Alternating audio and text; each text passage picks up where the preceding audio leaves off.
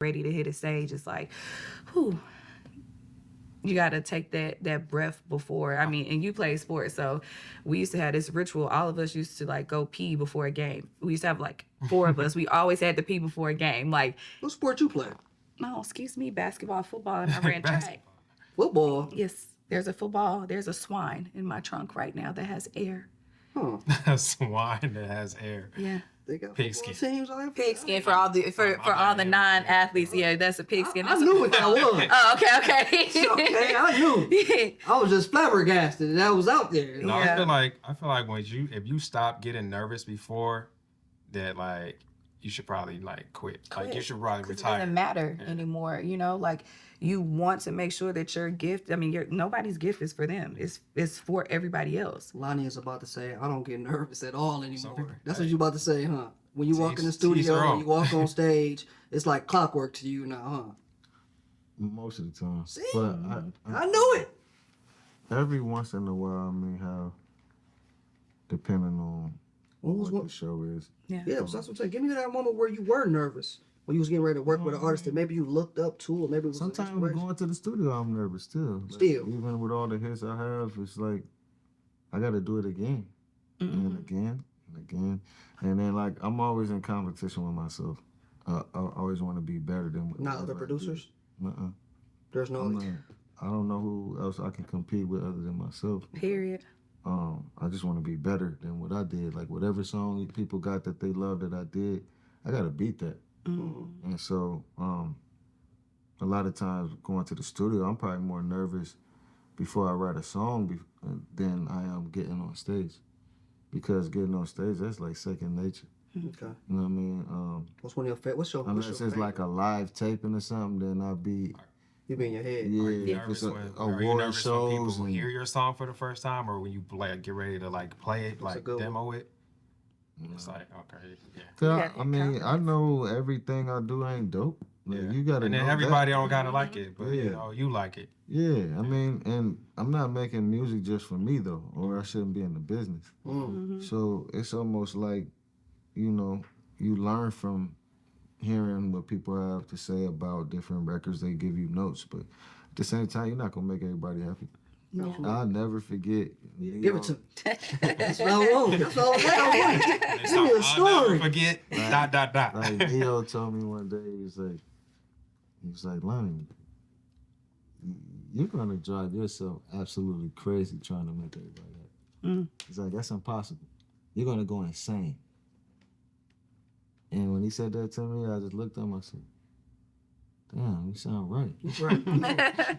Everything right. Be the simplest thing to be Yeah, click. when Neo told Sometimes me it just come from certain people. Just certain people just gotta tell you. that, Yeah. so it just gave me the courage to be self-sufficient and know that I'm great at what I do, and, you know, go from there. You don't have a moment where working with an artist, it just wasn't clicking. They weren't.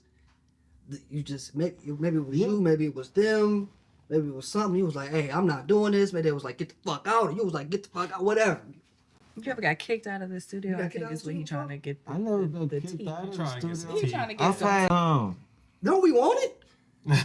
I've only had one artist that I got in an argument with one day, and she stormed out on me. But we was in the middle of a project. We got it done. We still got the project done. Okay. You know, Kelly's like my sister, so I want to say probably during the Miss Kelly project or the album after that, Kelly would get irritated with me some days. Yeah. Or I might be irritated with her. Like, it's a process. It's a journey when you working with, you know, writers and producers over the course of time.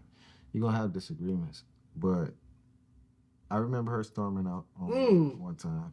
And I let her get like her. And that don't bother you. Nah, The instigator. it didn't bother me. I was like, Rolling too, Kelly Rowland. Not Yeah. because Kelly Price, Kelly Rowland. It's sure. it didn't bother me. She took the break she needed, and I let her vent. Mhm. You know, What was it like? You wrote something that she just wasn't. she felt like I wasn't like paying attention to her enough. I think while I was, cause like Kelly and B, they don't really. If you're vocal producing now, or creating with them, Yeah, they're not they taking don't that they don't they don't really like that phone. to be distracting. They want your undivided. And a lot of artists are like that. So I think that this day I had a lot going on, and He was on the phone. yeah, she knew I wasn't. And She said, "Motherfucker, what are you doing? Scrolling while I'm in here. You see, we're trying to make this fucking. This is money on the line." but I think I had some life stuff going on that I had to Yeah. tend to. Which we all tend to do, but nobody don't try. They don't care. They don't give a Not, fuck not about them. But No, not now I did walk out the studio on one artist that is Okay. still my friend. yeah. It How that just happened? wasn't working out. What? That's this is what we want to know these stories. I know he You gonna know what I keep mean? For other people coming nah, up, so you it's- know how to deal with situations and still be yeah, great. Yeah, sometimes you got to know when to come back. Yeah. You know, take a break and walk away. But like he said, I feel like piggybacking off of him being his own competition, like that translates to everything. It's you, like how you respond to things, what you make the day, because who is responsible for you but you?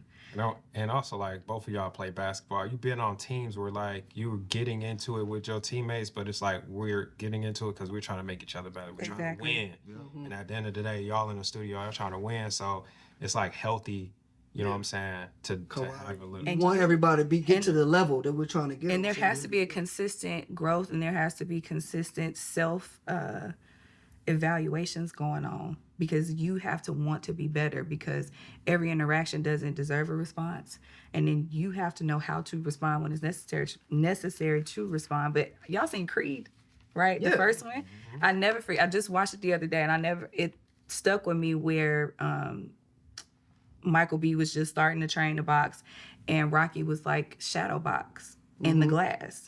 And he was like, look at him. He was like, if you punching with your right, what are you doing? What's the other person doing? He was like, moving. And so he was like, that's the only person you have to worry about. And I think that when you're distracted and worried about what somebody else is doing, you can't be the best you. So you got to counteract your own moves to know what works best, what doesn't work, and it's constantly evolving. Your punches are going to get stronger. You're going to move quicker. You may move slower. You may need to duck. But when you understand that, I think that helps you become a better person and do what you do better.